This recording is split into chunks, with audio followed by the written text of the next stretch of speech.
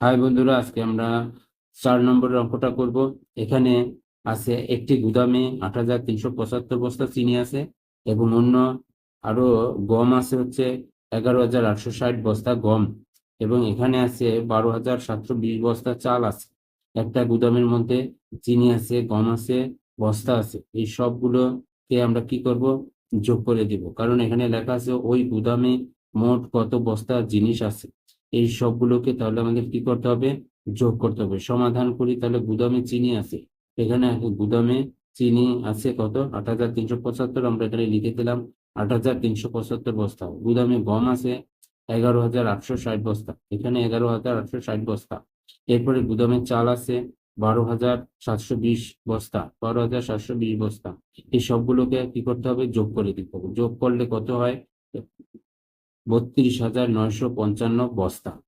গুদামে মোট জিনিস আছে 32,955 বস্তা। এটা হচ্ছে কি আমাদের উত্তর, 32,955 বস্তা।